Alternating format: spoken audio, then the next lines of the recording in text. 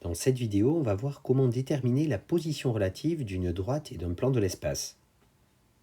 On considère ici un plan P1 dont on connaît une équation cartésienne, 5x plus 2y plus 4z est égal à 17, et une droite delta dont on connaît une représentation paramétrique, x est égal à 5 plus t, y est égal à 3 moins t, z est égal à moins 1 plus 3t, où t est le paramètre et donc est un réel donné.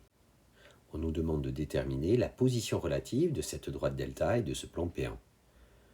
La première question qu'on peut se poser, c'est est-ce que cette droite delta est parallèle ou non au plan P1 ? Pour cela, en fait, il suffit de savoir si un vecteur directeur de delta est orthogonal à un vecteur normal de P1. La représentation paramétrique de delta nous permet de dire que U, le vecteur de coordonnées 1, moins 1, 3, est un vecteur directeur de delta.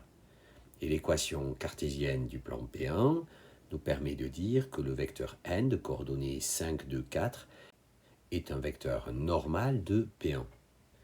D et P1 sont parallèles si et seulement si le vecteur directeur U est orthogonal au vecteur normal n. Donc si et seulement si U scalaire n est égal à 0.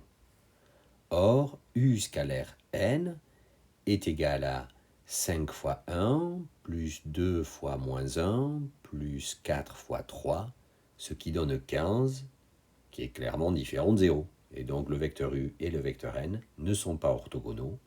La droite delta et le plan P1 ne sont pas parallèles. Ils sont donc forcément sécants.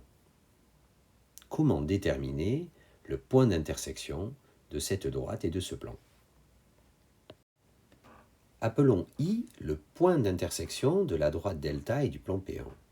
Ce point I a des coordonnées x, y et z qui vérifient à la fois l'équation cartésienne de P1 et à la fois la représentation paramétrique de delta.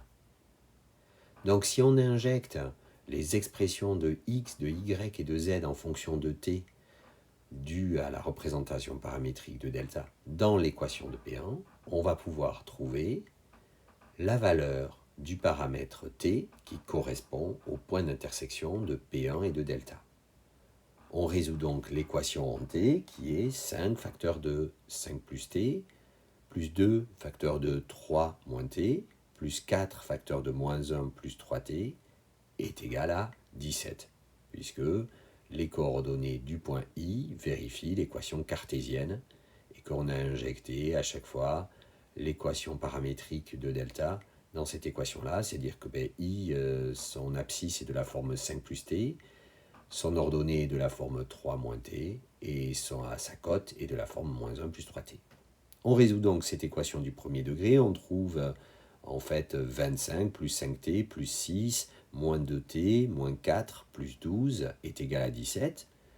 On réduit le premier membre, ça donne 27 plus 15t est égal à 17. Et donc 15t est égal à 17 moins 27, ce qui donne moins 10. Et t est égal à moins 10 sur 15, ce qui donne moins 2 tiers. Il nous reste donc à remplacer t par moins 2 tiers dans le système donnant la représentation paramétrique de delta.